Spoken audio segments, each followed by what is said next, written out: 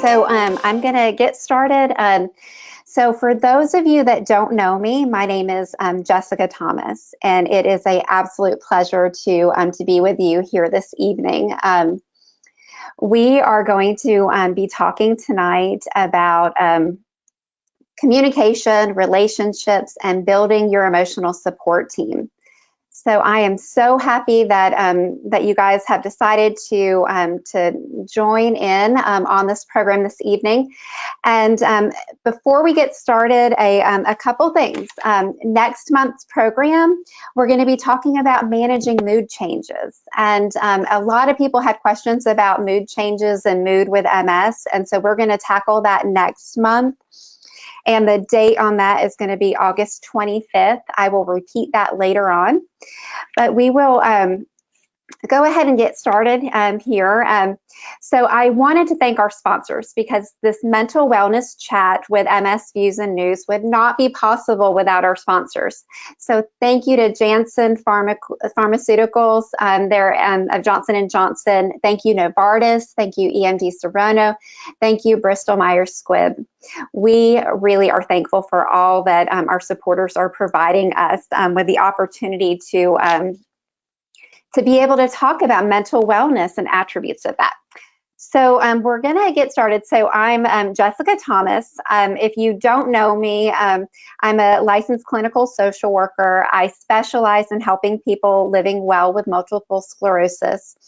Helping people as a counselor is what I do as my job, but it's also my personal passion is to help people.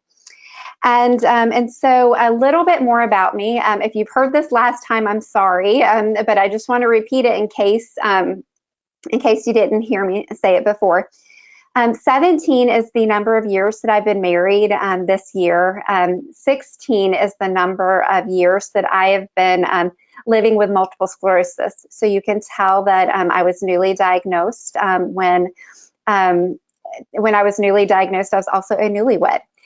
15 is the number of years that I have been a clinical social worker specializing in helping people with neurological disease as well as multiple sclerosis. So you can tell that I went into this field because I was diagnosed with MS, and I was very passionate about finding a way to help others because I know I struggled with a lot of the emotions of living with a diagnosis of MS. And then 13 is the number of years that my son is. So you can tell that I had my son after my MS diagnosis. So that's my MS story in numbers. I feel like it's pretty easy. But so we're going to jump in, and I'm sorry, I'm kind of fidgety. I've been in this chair all day long, so I'm sorry, a little bit fidgety. I probably should have gotten the wiggles out earlier. But before we get started, this is just a reminder that this presentation is video recorded, and so this will be posted on MS Views and News on their YouTube channel, and should be in about a week or maybe a little bit more. And then the second thing is the image that you see on the left-hand side. When we see that in the presentation, what I'm going to go to is directly some questions that some of you, our participants, have submitted ahead of time. And so I'm going to answer some of those questions when we get to those slides. But for starters, I want you to go to the question box. And I want us to get comfortable using the question in the chat box. And so I'm going to ask you two questions. So if we can move to the next slide, I'll have them up there so you can see them. If you can find your question box, it should be on the right-hand side. I want you to tell me where you are from and how you're feeling tonight. We'll try to keep it to like one word. And so I'll give you an example.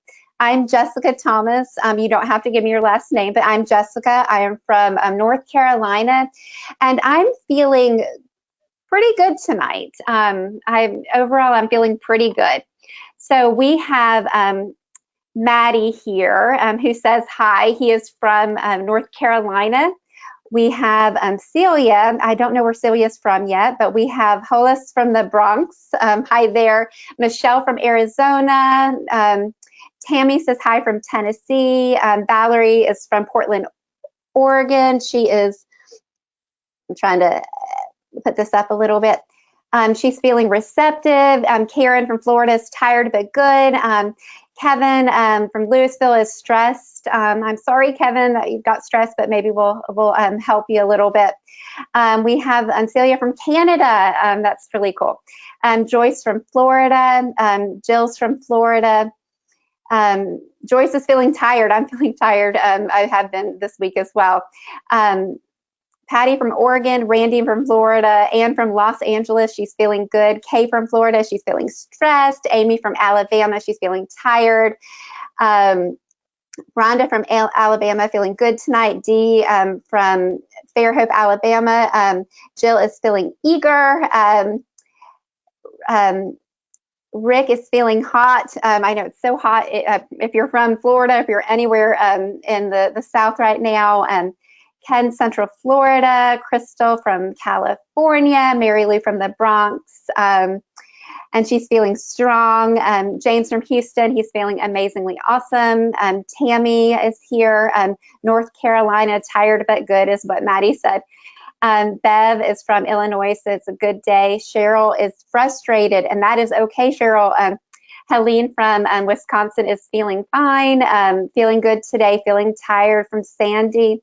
Melissa from Central Florida is feeling fatigued, both mentally and physically. I bet many of you have been there before, we understand.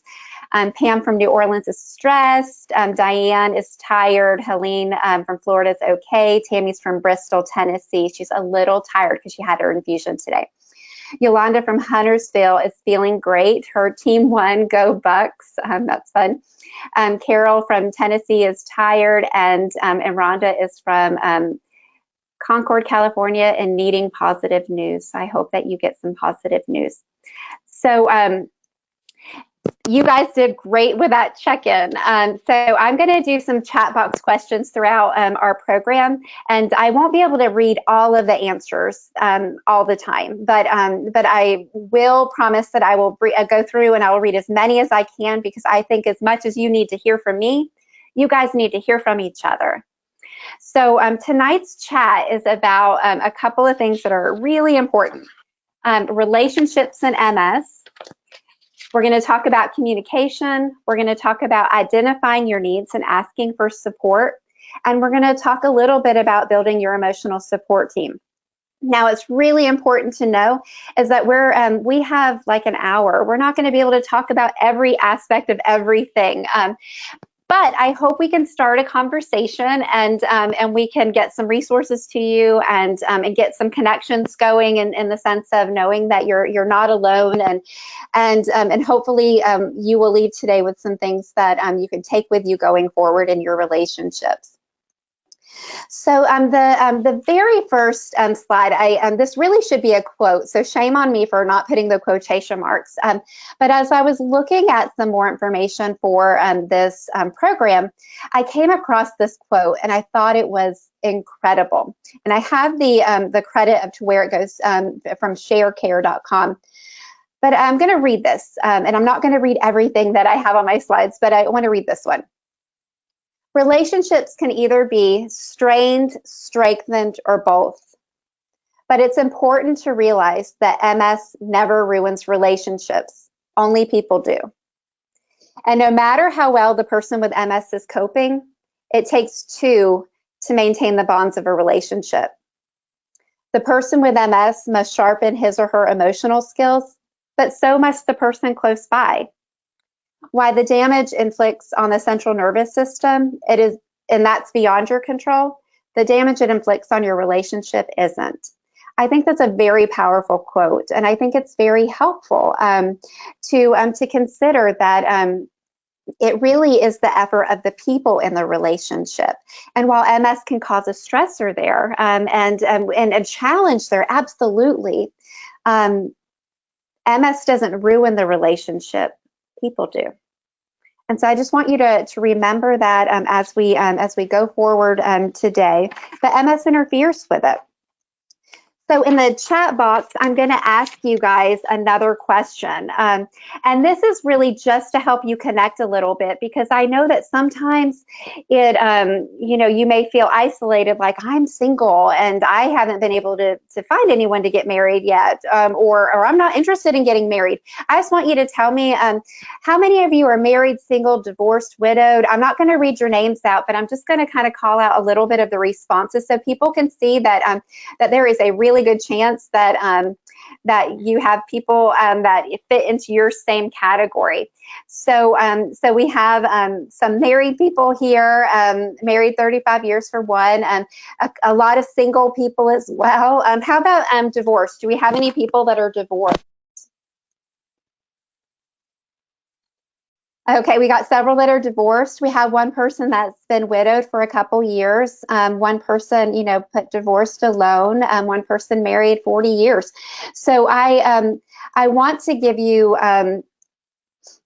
some connection to know that you are in company that is similar. We have people on tonight's call that are married, single, divorced, and widowed. We're going to talk about aspects of relationships, but you are not alone. And I'm going to repeat that a lot. So I'm going to talk a little bit about this concept called a bad thing. There is an author that I follow, and her name is Kate Bowler, and she gets full credit for this. But it's something that I, every once in a while, I'll come across something, and it stops me in my tracks because it really makes me think. Maybe it reminds me of something in the past, or maybe I think, oh my goodness, my patients need to hear this.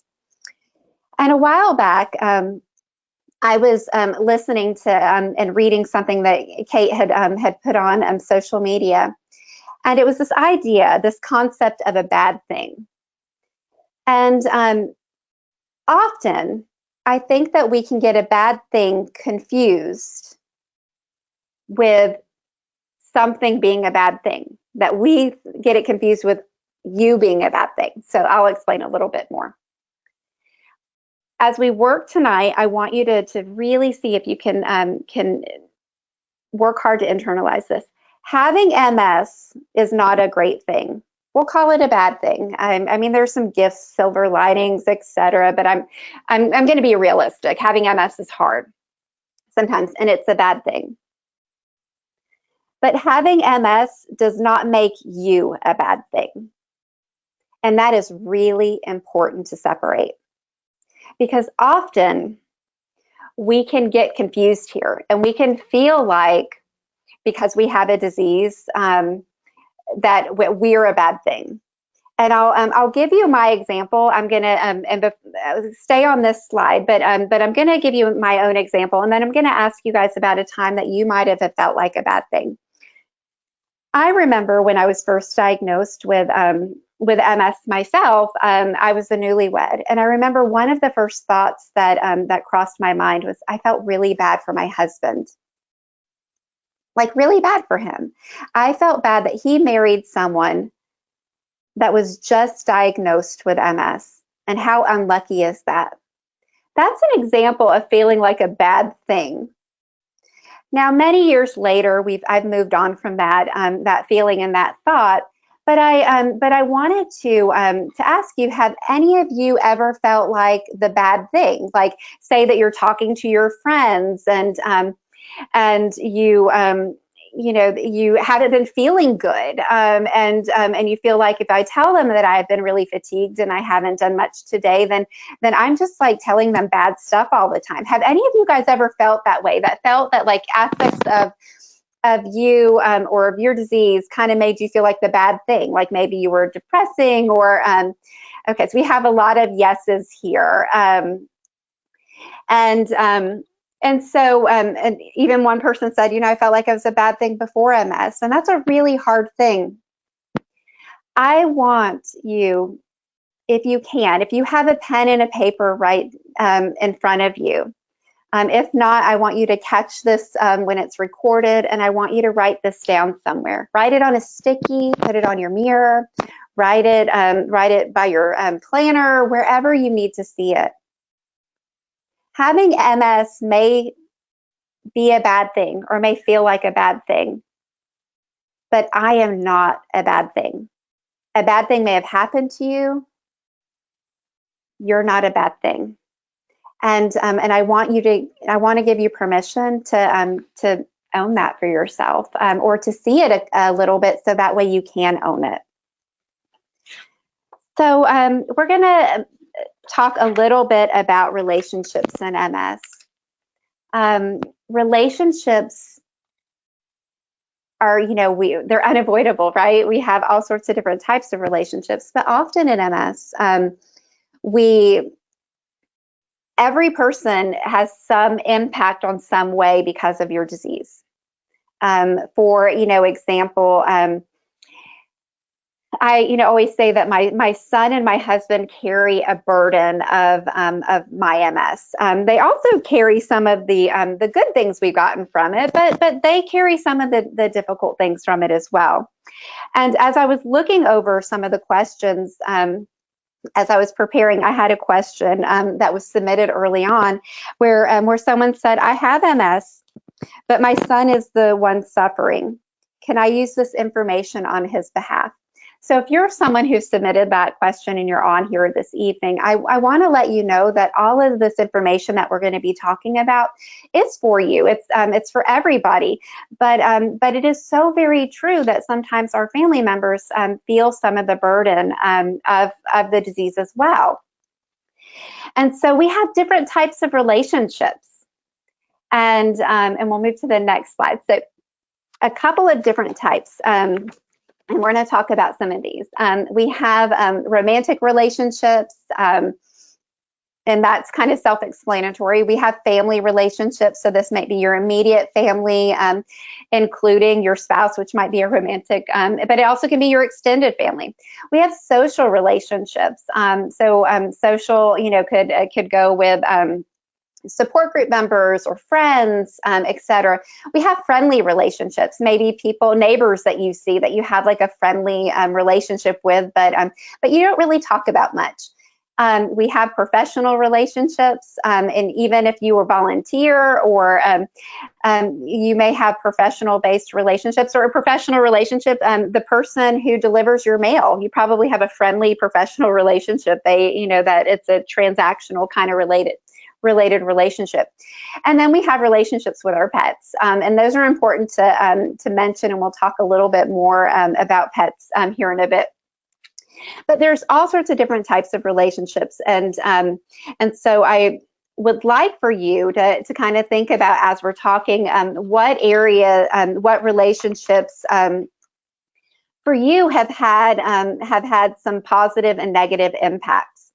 And so this is a chat box question because I think it is a good one to ask. But what are some of the changes that have occurred in any of your relationships attributed to MS? And reading, one person said, my friends are accommodating, but I don't get invited to the outdoor stuff in Houston. So that could be very, kind of very frustrating. And I'm going to pull this up real quick and see it better. Someone had said my husband told me he wouldn't have married me after I was diagnosed for 4 years after their second child was born. That's a big impact on a relationship. There's someone said, romantic and family changes, and feeling kind of limited in what you can do as a couples. Friends and families don't ask me about my MS. I can't go dancing anymore. I feel isolated from others. And I have lost all my friends and coworkers. These are some really hard ones. I'm going to say, let's also talk about what is a positive change. And so what are some positive changes in your relationships because of your MS? I know it's a really important one to talk about, because there are positive things that happen as well. I can tell you, I'll get us started. A positive thing for me is my husband and I have learned to communicate better, and we've learned to have to tweak our communication at times. So that's been a positive one. And another positive one is that I've seen the people that show up for me and the people that don't. And that really weeds out some of the, the lack of support in some people. So some people said positive, some positive things for them is they have great family support. One person says, my husband and son support me in many ways. Positive with a meeting, with walking her dog and attending webinars for MS. So her husband, another person's husband, is supportive. I don't have to rush off to do work. That's a positive change. A positive is smaller group of friends, which can be very helpful, which means less dysfunction for this person. My closest friends are closer, distant family are more distant. So you guys probably can identify and relate to some of these things. But it's important to note, while there are negative changes, there are some positive changes that can happen in relationships as well. And it takes a lot of work and effort sometimes. Some of the positive changes are a secondary gain. They just naturally come because of something that's happened. But it's really important to know that sometimes positive things happen too in our relationships, and sometimes we have to work for it, and sometimes it naturally happens as a secondary gain to a change. And so one of the most important things I think about when I think of relationships is reciprocity. So when I think of reciprocity, I think of this as really a foundational part of a relationship. It's really where trust is born. Love and care are really probably the two of the most foundational pieces of this. When there's reciprocity, there comes commitment. There's healthy balance and space. And there's sensitivity to one another's love language. And we'll talk about this a little bit more in a bit. But reciprocity essentially is the give and take in relationships. And that's a sign of a healthy relationship. I'm not sure if any of you have ever experienced, a period of time or a relationship where somebody was using you for a lot of things and it was draining and your resources were just limiting. And when you tried to interact or needed something, that person didn't show up. Well, that's not a relationship really based on reciprocity at all. It's so you're really looking for a balanced give and take. Now, we know that MS creates more needs sometimes. So you might find that you feel like your reciprocity, that you're asking for too much. And in some cases, it's important to look at other ways that you support your loved ones and your caregivers, your care partner, your friends, etc. And but there should be a general feeling of give and take. And I hope you are able to kind of see the difference, that it's not a just take. It's really relationships that give and take. So if you have someone that you love, that is very helpful for you with your MS, that you probably give them some of your resources, your time, your support, your companionship, etc. So it should feel a little bit balanced. And I think that's important. It's also important to note that you really deserve relationships with reciprocity. So and we'll talk a little bit about boundaries, but that sometimes is where it comes in, is when we have challenges within our boundaries. So I'm going to move on to, I'm actually going to stop myself here. I didn't have a question box, but I do want to ask one of the questions, because I went through to respond to some of these questions. Okay. Have you found success with emotional care pets? So how many of you on this call, I'm kind of turning this into a chat box kind of question, but how many of you have an emotional support pet? And I'll share a little bit about the difference. So a emotional support pet is really any pet that gives you a sense of emotional support. I have a little rescue in this room with me. Her name's Bella, and she's sleeping, so she doesn't look like she's going to join me, so you can meet her. But I would consider her my emotional support pet. She and I, we hang out, we watch TV together. She is my best friend when I'm feeling super fatigued and feel like I don't have energy to do a lot. She will actually Netflix and chill with me, and it really does provide a lot of support and comfort. And she's also my walking buddy, which I find very helpful.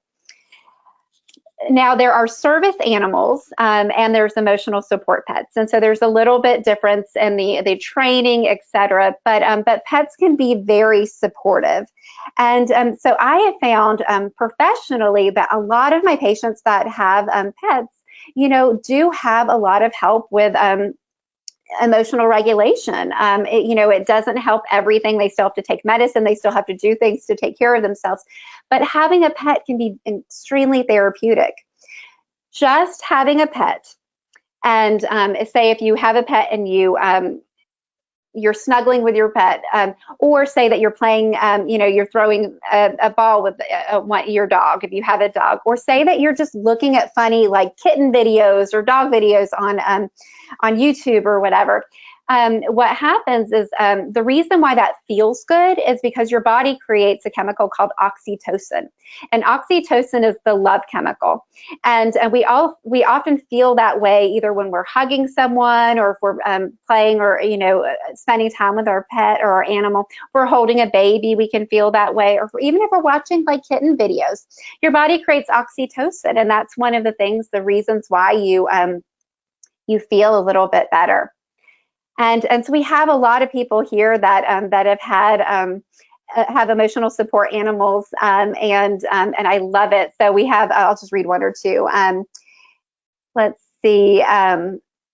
Patricia has 2 cats, and they're wonderful, both for her and her husband and herself. Then Carol has a dog, a lab mix, and she gets her active, playing fetch, grooming, snuggling, etc.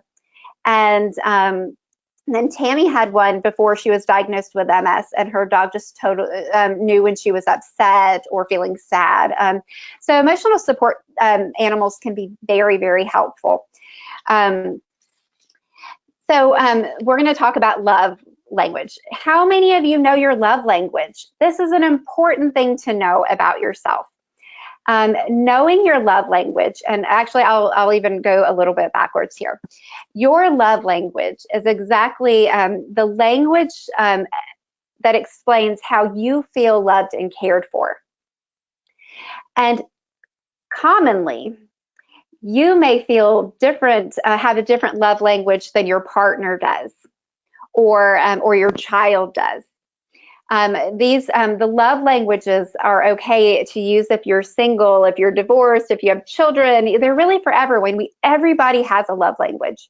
And so the 5 different love languages are receiving gifts, words of affirmation, acts of service, physical touch, and quality time. I highly recommend going to the website 5lovelanguages.com and take their quiz. You would be able to find out what your love language is. And so it's really important to know what it is, because if you can communicate that to your family, your friends, etc., then it really does help with communication. I'll give you an example. My love language is words of affirmation, and my husband's is physical touch. And so you can see we're kind of a little bit different, but if we communicate, often we tend to communicate what we want and what we need for the other person. And so if my husband comes to give me a hug, and a romantic hug, then I might kind of feel like that because I want him to tell me he loves me, or tell me something special, or etc. Whereas if I just tell my husband I love him, he's like, he knows. But if I come up and hug him, he feels loved.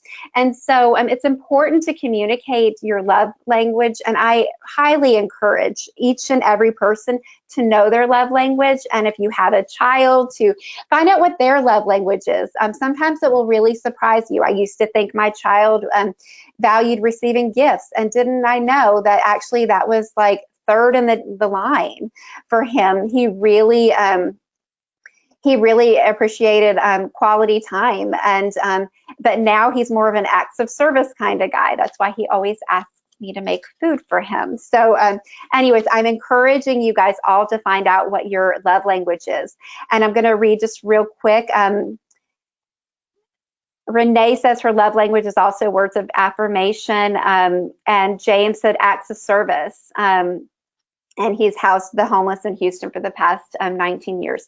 So you can see we all have different love languages, and I'm encouraging you to find out yours so you can express that and find out what your partner, significant other, and people in your lives are, so that way you can help them feel loved. So we're going to move on and talk about healthy boundaries. And so this goes hand in hand with that reciprocity. And I found another quote. This is from an author. I'm going to be fidgety again real quick, so I'm just uncomfortable. Her book is on boundaries. Her name is Dr. Rebecca Ray. And I ran across this quote, and I love it because I think it's a really good pause for you with boundaries. Get to know where your boundaries are. Think of the time, the energy, attention, money, and love that you have, and that you don't have, to give to others.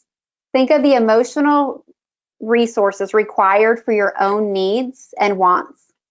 Anything that you need needs to stay with you. This is really important because we need to have relationships that are not taking everything from us. And so it's really important when we have relationships that we have them with healthy boundaries.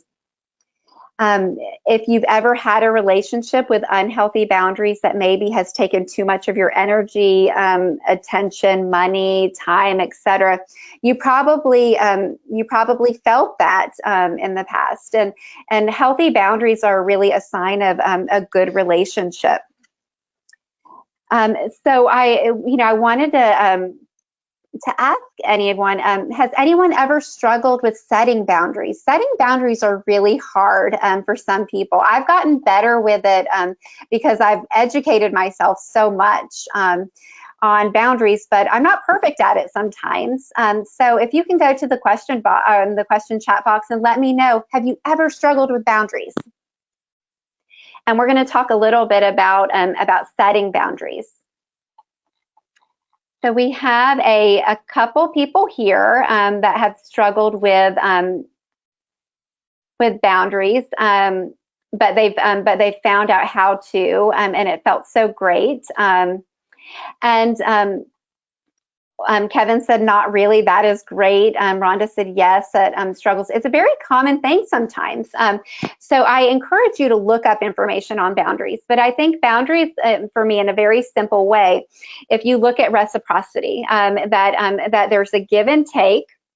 You're also looking at do your relationships, do people in your life, the things that you do, are they just taking? And do you feel depleted and not able to care for yourself? That's important. And it's also important to know, and you guys know this because you have MS, we sometimes have limited resources, right? I know for starters, I have limited energy, and that's kind of a really important boundary for me, is watching my energy and how I spend my time. And often having people in your life that respect your boundaries is really important, because your boundaries may look very different than your friends. So we're going to move on to social relationships, and this has something a little bit to do with boundaries as well, and communication. Has MS ever impacted your social relationships, or how has it?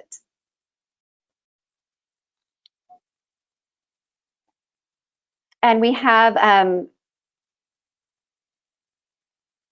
lot of people actually responded back about the boundaries, which is really cool. And some people have been able to learn to set boundaries, and some struggle one person has 3 adult kids and 8 grandkids. So it's challenging, right? So now we're talking about social impacts and how MS impacts the social relationships. Anne says, I'm less social. I have fewer friends. Elaine says it's hard to make non-MS friends. Crystal says I isolate myself. Kimnita says I think I take too much and I feel that I'm too needy. That can be, a feeling that we have sometimes, is that that's a little bit related to that, am I a bad thing feeling, right? And I'm going to repeat, MS is a bad thing, but you're not a bad thing. And Amy said it's hard to maintain a social relationship. I agree. It can be a lot more challenging. And then Tammy says, lately I'd seem to stay at home by myself. And then Carmen says, sometimes I can't do activities and it isn't the best. And it gets too tiring, probably turning friends down. I agree. That's all challenging. So you can see that MS, and this comes up quite a bit actually, that MS impacts social relationships because MS impacts how we feel day to day. So I always say like week to week, month to month, depending. So I might have a really good plan to do something and not have the energy to execute it later. And I'm sure that you guys can identify with that. So we're gonna. It's hard, I think that there's balance. I think it's healthy to have friends with MS. It's also healthy to have friends that don't have MS. I think it's good to have like a well-rounded group of friends. I have found that with the work that I do primarily, for me, it feels better to have a smaller group of friends, but some people seem to have a very large group of friends and they do well. But we're going to talk about some strategies. How can you help your social relationships? And this is important to think about. So some of these will make you probably pause and think, I feel kind of vulnerable doing this, but it's letting the people know that are close to you how MS affects you. And so, for example, I put here, leaving early to manage sleep, etc., or to manage fatigue. I am always the person to be there early, but to leave first because I can't hang like my friends can hang. And I don't want to because I know I'll be way too tired the next day. And I need my sleep to be resilient. But in order to do that, I have to tell my friends I have MS and they have to know how it impacts me. Now, I have used, and I encourage my clients, the people I work with, to use some, friendly MS education information. And there's different websites. You guys know probably all the MS advocacy organizations, but there's a lot of resources out there. Help educate your friends in a way that they understand a little bit about fatigue, if that's what you deal with, or a little bit about your pain. You can even show them that really lovely MS iceberg because often they probably can't see so much that you're dealing with. And so we need to make sure that we communicate how, what we're dealing with so that they know. It helps them, to be able to respond. And tell your social relationships, your new friends, coworkers, other people you interact with when you're ready. The one thing I'd advise is you can't untell someone you have MS. So to be mindful that when you do tell them that you're ready to tell them. But when they do know, they'll probably know a little bit more about you, especially if you have information to give them. The people that are going to be a part of your emotional support team, and we'll talk about that later, it's important that they know and have information. And a good sign of someone who wants to be on your team is that they're interested a little bit in knowing about it. And then I'm going to say again, remember, you are not a bad thing. You are a person with MS. You're not just your MS. And you deserve to have healthy social relationships. You deserve good relationships. And I know it's a struggle sometimes to have enough energy for them or to cope with the feelings of guilt if you have to cancel plans. But the people that are really going to be there for you are going to understand that your disease sometimes is inconsistent. And a lot of that can help through communicating with them. We're going to move on to the next slide. And we're going to talk about dating and MS because this is an important thing to talk about. So remind me again, or actually, I want to give some hope to people that are single. If you got married after your MS diagnosis, or if you've started dating after your MS diagnosis, please go to the question box and let us know.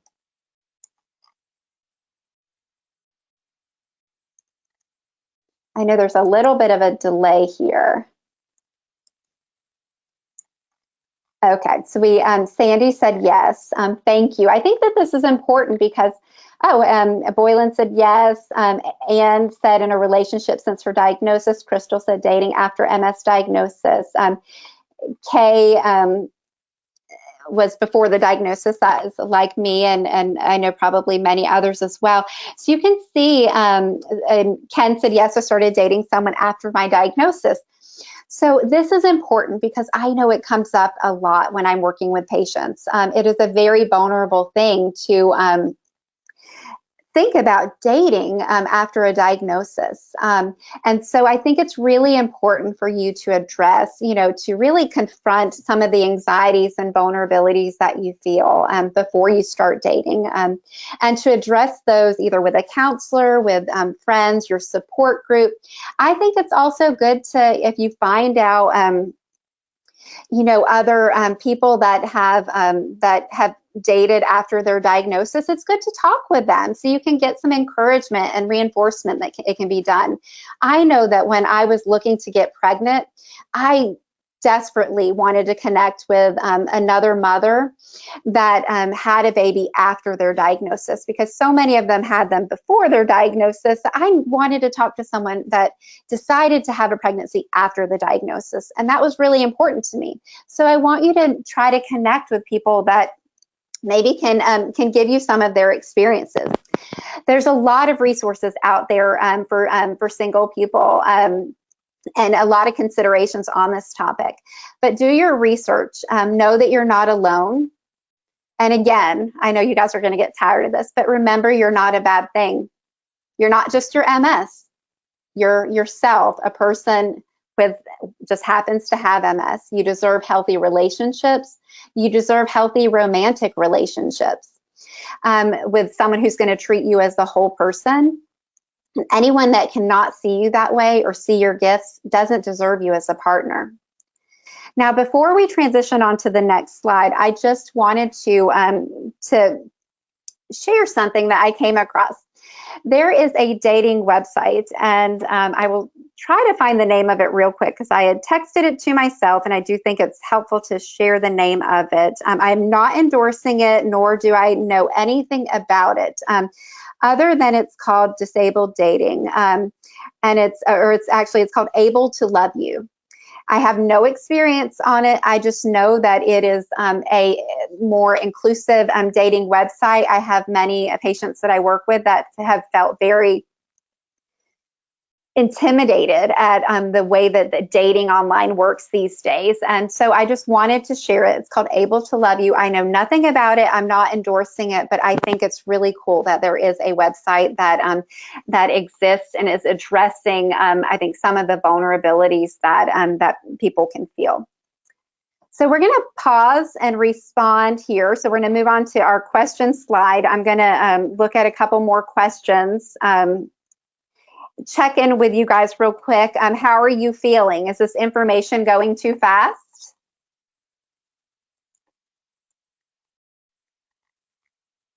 I'm just looking. Okay, looks like they're feeling good. Okay, information's not going too fast. Good speed. It's great. Okay, good. Just making sure, because it always feels like a lot, and when you're on my end, it feels like you're going super fast. Okay, so I'm going to look at another one of our questions. I have to find my sheet here. Okay. Okay, so this one's on mental wellness. Can you learn how to overcome the slow thinking, the absent-minded problem, and the depression? So there's two things that in this question that are being discussed or being asked about. Really is cognitive problems or cognitive fatigue, and then depression. And then the third aspect that I highlighted was overcome. So I'm going to say, I know my own experience that I haven't overcome my anxiety. I've learned to manage it. I haven't overcome some of my cognitive challenges. Some of them have got better, but I've learned to manage them. And I think for me, that's a different way that I look at it. But I say manage more than overcome. For cognitive challenges, a neuropsychologist can help you with strategies and tips. There's also medications for cognitive fatigue. There's also medications for depression. I'm not going to list those out. There's medications for anxiety. And then there's also resilience strategies that can help manage any cognitive issues, as well as, or help manage them, as well as help manage something like depression. And so when I think of resilience strategies, I think of some baseline resilience strategies, which would be sleeping well, managing stress, eating well, and exercising or moving. So, and socialization. We'll just add that in since I have 5 fingers. But all those things can really help to foster managing some of cognitive fatigue, as well as mood symptoms such as depression or anxiety. And so we are going to move now to communication tips and strategies. And let's go to the iceberg slide. It's a blank iceberg. I know you guys have seen an iceberg before, and probably in relationship to MS, where the top of it is all the symptoms that you know other people can see. So if you've had like mobility issues, if even I feel like sometimes my cognitive fatigue, people can see that if I can't think of a word, etc. But then under that is all the invisible symptoms. And I think that this is a really important visual. Everyone has an iceberg, and I'm going to challenge you to this evening, this week, etc., to really draw out your iceberg. How does your MS impact you? Like, what are the things that possibly someone can see, but what are the things that others cannot see? And I want that to be something that you use to communicate. So what does your iceberg look like? So in your to-dos, if you're taking notes, I want you to say, write out my iceberg. But how does your iceberg look emotionally and mentally?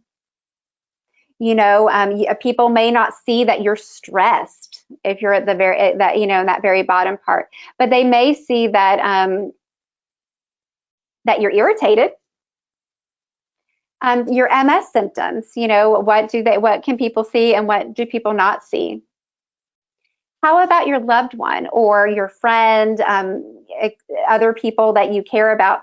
Guess what? They have icebergs too. And it's really important to know, what does their iceberg look like? Because that's how we have good relationships. We understand that other people have icebergs too, and being able to be comfortable talking about, okay, well, what does yours, look like? This is kind of what I've been dealing with.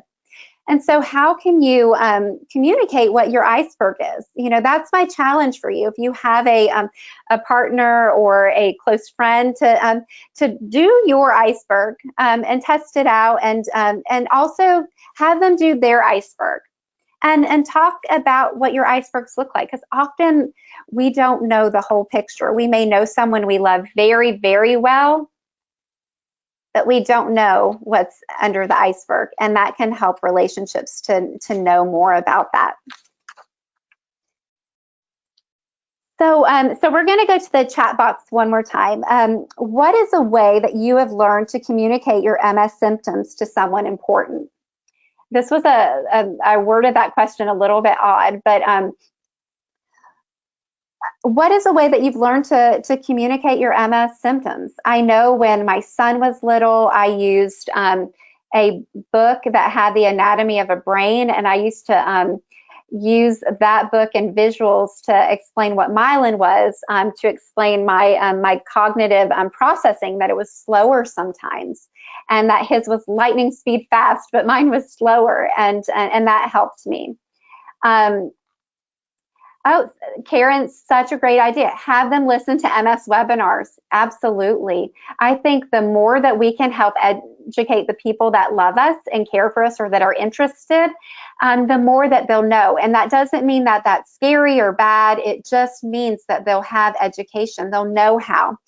I think another way that has been very helpful is when things return in person, more when, if you have a spouse, or you are dating someone, if they can meet and talk to someone else that is also dating someone with MS or with a chronic disease at that. Chronic disease is enough of a connection. But so they can kind of learn a little bit more. And I have heard a lot of good feedback from that type of thing, where people have attended a program and two caregivers or two spouses got together and kind of talked, and it helped them really to understand, okay, that this is a common thing that my spouse feels.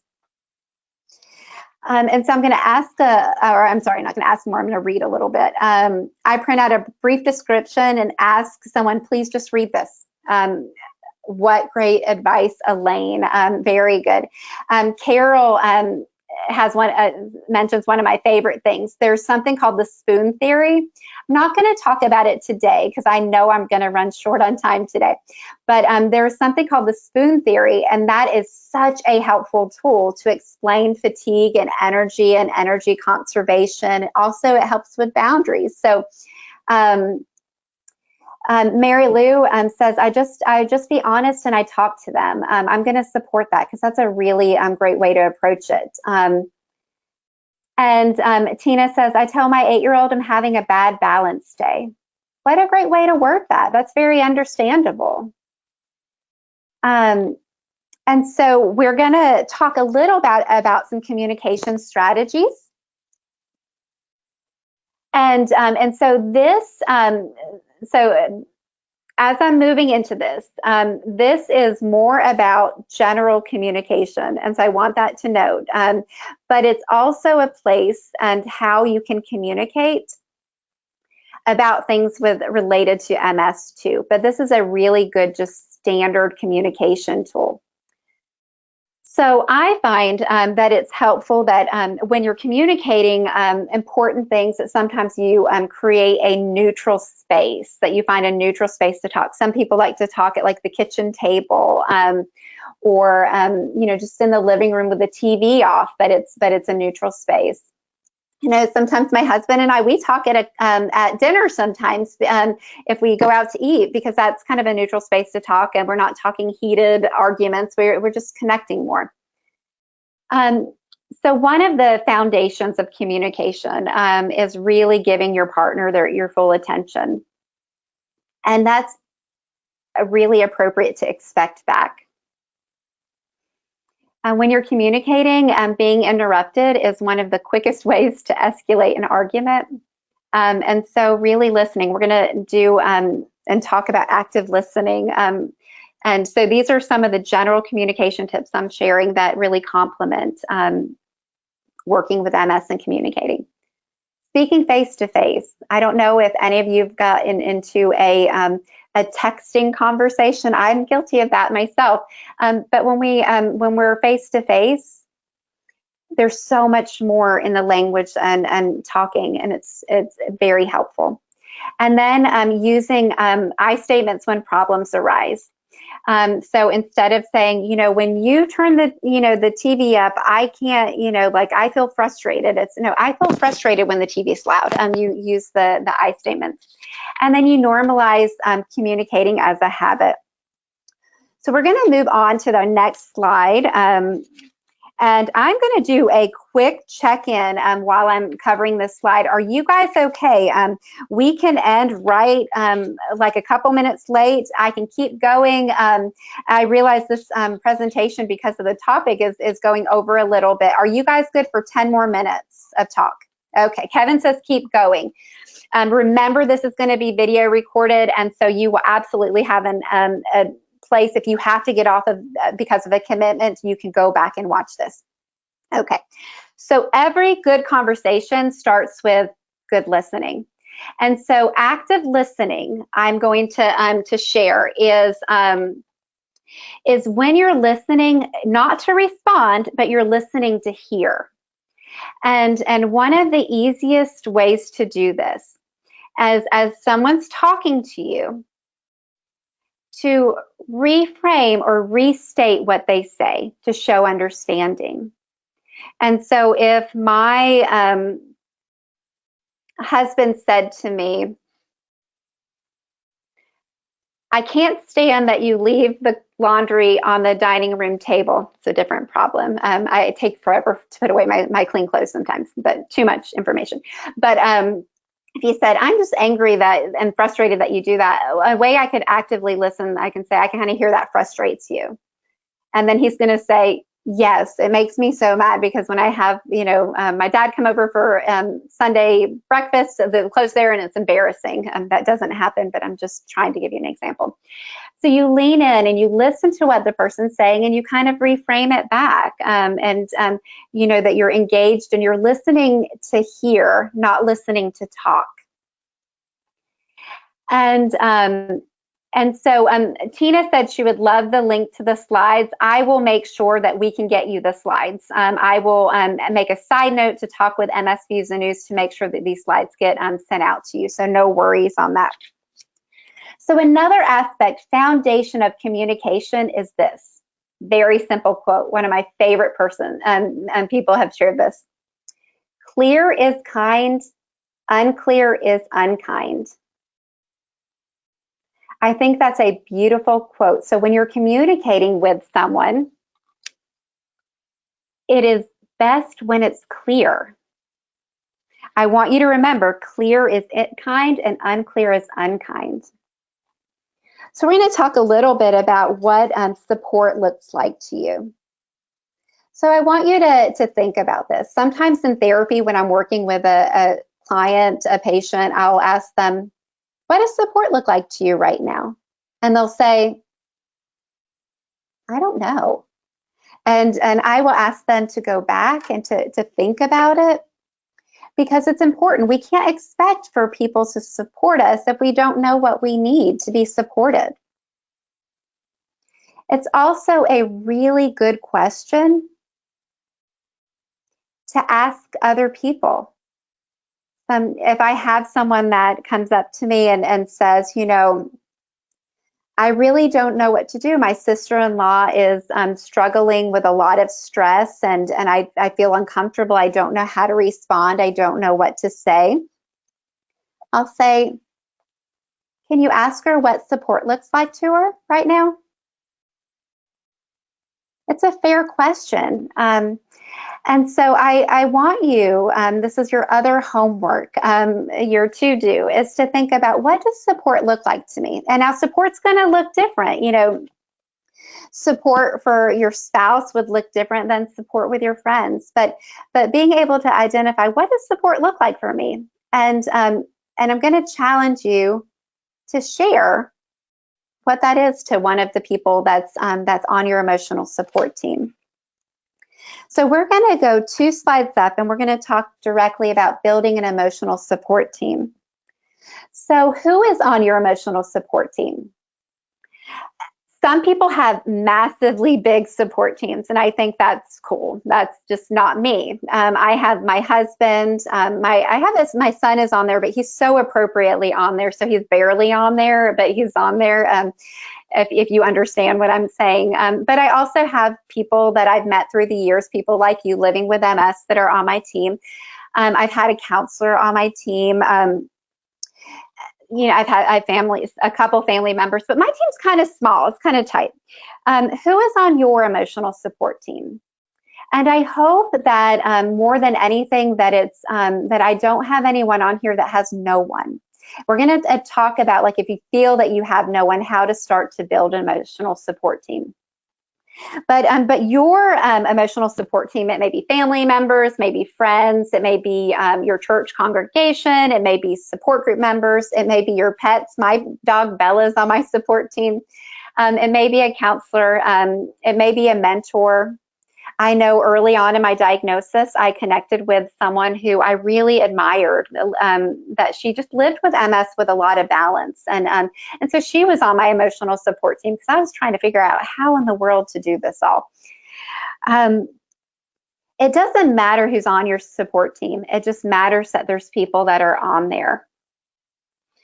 We have someone, Tammy feels like she doesn't have anyone at this time. So we're going to talk a little bit about how to build an emotional support team. And Cheryl's working on this too. Some people have family members, etc. So everyone's support team looks a little bit different. I hope you know that a part of your support team while it's not immediate, but to think about some of these support organizations that are out there, to think of like MS Views and News, to think about resources that starting kind of big there. So where you might not have a specific person right now, you might have an organization that has educational programs for you. So that's a piece. Maybe it would be helpful for you to start thinking, how could I connect with some people? And the goal here is not so I can take, right? No. I think a good starting place is maybe identifying and connecting with some people in your community that have chronic disease or MS. So you kind of have like someone who understands a little bit of what you're going through. And also kind of thinking about who is in your life and that you can talk to, who can you trust. You may be in a place where you're kind of rebuilding your emotional support team. And I want to remind you with much confidence that your emotional support team doesn't have to be super big. And maybe if you have no one, maybe a counselor to start with. And maybe they can help you find some people that not literally look for you, but help connect you and help you feel where you're at a place where you might be able to trust some people, etc. But it's something that you can work at. Patricia says, and this is so true for many people, my social media and my MS team are my support group. James says my boss, my /best friend, on my team for everything. It's pretty awesome. So there's a mix of people here. And I want to remind you, and Randolph says, I'm my wife and I'm on her last nerve. So it is important to have a couple people, if you can, on your emotional support team, not fall all on one person, but it's kind of varied. The people that I'm connected with that have MS, it's really important because I need to talk when I'm dealing with symptoms, and it's so helpful just to know that someone else is dealing with it. But then at the same time, I might want to talk with my husband about something, but I might want to talk with someone else about something. I encourage you to research some of the resources you have and start maybe with the MS advocacy organizations. What resources and support are out there for me? And then kind of whittle your way down. But then also, I recommend looking into counseling because that is a way to sort of start feeling supported. Your size of your emotional support team does not matter one bit. It's really the quality and the people and the relationships that matter. I'm going to go to the chat box question. This is kind of a fun one. Do you have any bonus members that joined your emotional support team? When I say bonus members, anyone that was a surprise. My dog Bella, big surprise this year for me. She's a part of my emotional support team, and I adopted her over this month, or next month will be a year. And I had no idea how much I was missing support and that kind of love, and just she's happy when she sees me, and she's just my companion when I'm feeling kind of bad. And so how about any of you guys? Have any bonus people on your team? So Maddie says, my friends, my counselor, my doctor, my support group. Diana says, my husband and friends with and without MS. Very good. Bev says, my exercise group and my husband. Oh, and this is a good one. Patricia said a weird one would be my books. Yeah, absolutely. I can see that very much. My physical therapy, says Amanda. And then let's see. And then Cheryl says my new best friend and caregiver, never sad or mad. Brother-in-law who has MS, says Crystal. And then Amanda says, my dog Gizmo. Hi, Amanda. I think I know you and your mom, I think. So you can see that there are people that have bonus members, people, pets, etc., that are on your emotional support team. And sometimes we are looking so hard for that one person that's supposed to be on our team, or we think is supposed to be on our team, that's not showing up, when we actually have someone over here that is showing up. And so those are some of the bonus people that we find. So I'm going to go on our takeaways now. So this is what I want you to take away from today's program. You are not a bad thing. Having MS may be a bad thing, but there's a difference. You deserve healthy relationships with reciprocity, boundaries, love, and care. Relationships can be, they matter, and they can be strengthened or weakened in the face of MS. Remember, MS doesn't break the relationship. It complicates it sometimes, but it's really the people. So that there's things like communication. Communication is absolutely key. Learn your love language, even if you're not in a relationship. This is not totally what it's about. It's about knowing how you feel loved and kind of how you kind of give love automatically. And know that you're not alone. MS shouldn't be done alone. Build an emotional support team. And if you're having trouble with that, I want you to start with a counselor. I did have someone mention, I'm having a hard time finding a counselor. I always say, if you can't find a counselor that specializes in MS, please look for a counselor that specializes in chronic disease, because that is the next best thing.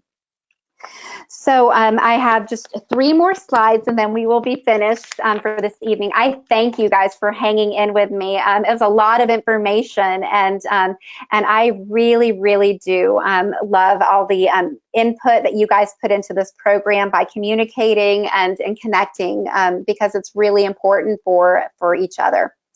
So next month's mental wellness chat is going to be managing mood changes. I had a ton of questions about managing mood changes, and if this one goes on for too long, I may even break it up into possibly 2 series, because there were a lot of questions and it's a lot of information to cover. But it's going to be August 25th at 7 p.m. And we're going to talk a little bit about why moods matter with MS, very important. We're going to go over some tools to help manage and cope with common mood issues with MS. I'll also mention briefly the uncommon ones, because people are interested in that, but I'll focus more on the common ones. We're going to talk a little bit about how to identify if you're having any mood changes or think that you may be, how your MS symptoms directly impact your mood and what you can do about it, and then talking to your healthcare team about your moods. So you will probably, since you're signed up, get an automatic reminder for this program, but I want to encourage you to to share this with any of people in your MS groups or anybody that could benefit from it as well. And so I wanted to thank our sponsors again. Don't hang up yet because there's going to be a survey, but thank our sponsors for tonight's program and for their support of the MS Mental Wellness Chat Series. So again, thank you to Janssen, a Johnson&Johnson company, EMD Serono, Novartis, and Bristol-Myers Squibb. We could not do this without you, and we are so incredibly thankful for this space to talk about mental wellness. So immediately following this program, there's going to be a survey that's going to directly come up when I'm finished. So please stay on, don't hang up, and complete the survey. MS Views and News needs to hear from you. And so with that said, that little red dot on the middle side is where I am in High Point, North Carolina. I'm not saying goodbye. I'm saying I'll see you later, and I will see you next month. I wish you guys a really nice month. And thank you so much for being on the call today.